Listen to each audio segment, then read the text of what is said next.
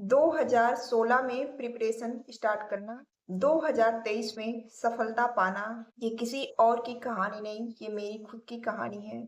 मैंने 2016 में तैयारी शुरू की थी। 2016 में मैंने एसएससी की तैयारी शुरू की थी। चूँकि मैं एक गाँव से आई थी, बहुत छोटे से गाँव से, और तो मुझे कुछ पता नहीं था कि जो है एसएससी क्या होता है, रेलवे क्या होती है। बट मैंने एसएससी सुना था, सो मैंने जो है उसकी तैयारी शुरू कर दी। मैंने अपनी तैयारी जो है इलाहाबाद से की है। इलाहाबाद में रहकर मैंने पढ़ाई करी है। जब मैंने एसएससी सीजीएल का फॉर्म नहीं डाला था, क्योंकि उस टाइम मेरा ग्रेजुएशन नहीं कंप्लीट था। एसएससी, सीएचएसएल, एमटीएस, स्टेनोग्राफर, इस सब का पेपर मैंने देना शुरू किया।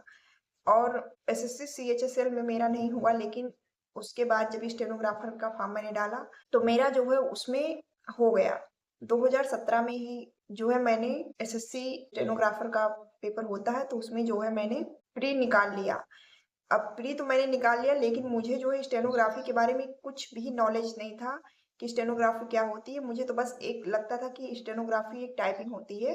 लेकिन जब गई कहीं पर टाइपिंग करने के लिए, तो मैंने मतलब वहाँ पर बताया सर को कि मेरा जो है स्टेनोग्राफर में हुआ है एसएससी में, तो प्री निकला है, मुझे उसके लिए टाइपिंग करनी है। तो उन्होंने बताया स्टेनोग्राफर अलग चीज़ होती है, तुम्हें स्टेनोग्राफी सीखनी पड़ेगी।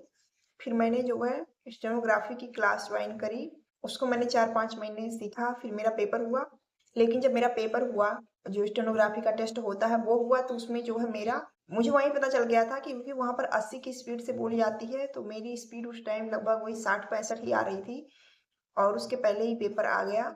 तो मुझे वहीं पता चल गया था कि जो है मेरा इसमें नहीं होने वाला है।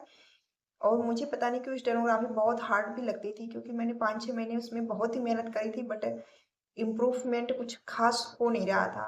फिर 2017 निकल गया, 2018 आया। 2018 में जो है हाई कोर्ट की वैकेंसी आई थी, इलाहाबाद हाई कोर्ट की। तो उसमें मैंने जो है फॉर्म डाला ग्रुप सी का और स्टेनोग्राफर का, तो मेरा जो है दोनों में हो गया। फिर उसमें ग्रुप सी में टाइपिंग लेता है, और जो है स्टेनोग्राफर में स्टेनोग्राफी टेस्ट होती है। फिर और इस बीच में 2016-17 में मैंने कभी टाइपिंग सीखी ही नहीं थी, तो फिर उसमें भी 15 दिन बाद उन्होंने जो टाइपिंग करवा ली। उसमें भी मेरी टाइपिंग मैंने 15 दिन में बहुत मेहनत करके सीखा, बट मेरी टाइपिंग वहाँ पर हो नहीं पाई, क्योंकि वहाँ पर ऐसे हाथ पैर काँप रहे थे जैसे कि मानो मैं कहाँ पर आकर बैठ गई हूँ। और फिर उसमें भी मेरा नहीं हुआ, और इस बीच में मैंने एसएससी एमटीएस में भी प्री क्वालीफाई किया। और फिर उसमें जो है दूसरा पेपर जो होता है उसमें पत्र लिखना होता, तो उसको मैंने दिया, लेकिन फिर उसमें जो है फाइनल मेरिट से नहीं हो पाई, मेरिट कम पड़ जाती थी। क्योंकि मैं तैयारी करती थी, मेहनत भी करती थी, बट उतना जैसे प्रॉपर गाइडेंस नहीं था, तो हो नहीं पाता था। और मेरी इंग्लिश भी थोड़ी उतनी अच्छी नहीं थी, जो कि मेरे प्री में बहुत ज़्यादा नंबर गेन हो सके। मैंने रीजनिंग पे अच्छी कमांड बना ली थी, और जो है रीजनिंग पे मेरी अच्छी कमांड थी, और मैथ पे मेरी अच्छी कमांड थी। जीके जीएस तो पे उतनी अच्छी कमांड नहीं थी, लेकिन इतना भी कम नहीं था, ठीक ही ठाक था।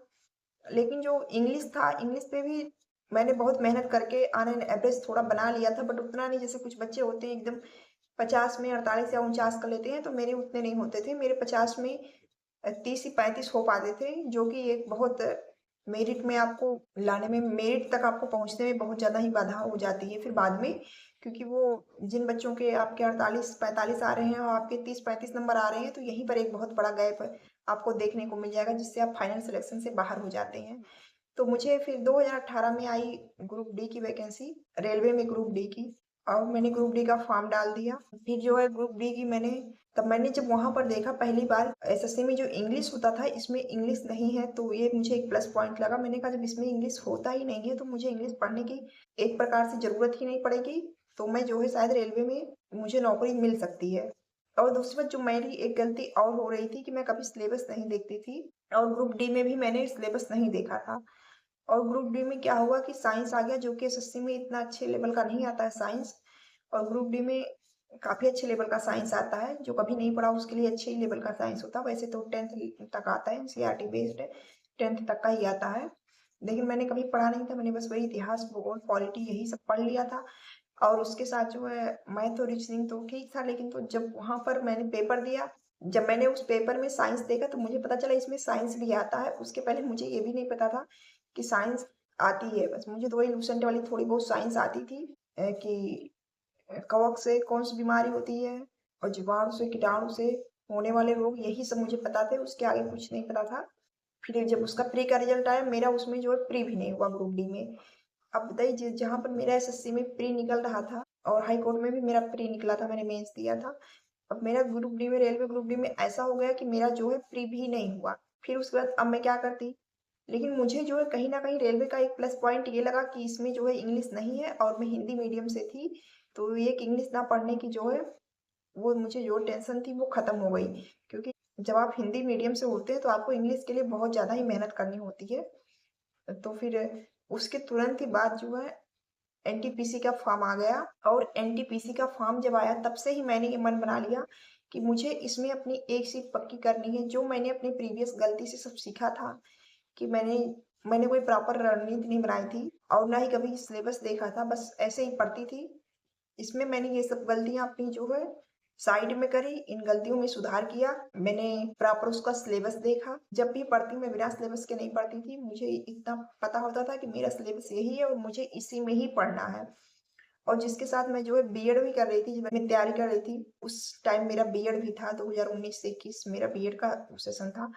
जैसे कि मैं गवर्नमेंट कॉलेज से बीएड कर रही थी, तो वहाँ पर रोज क्लास भी जानी होती थी, लेकिन मैं क्लास जाने के बावजूद भी जो है आकर पढ़ती थी। और मैं एक एक प्रॉपर जो है तरीके से पढ़ती थी कि क्या गलत है और क्या पढ़ना, क्या सही है, क्या पढ़ना है और क्या नहीं पढ़ना है।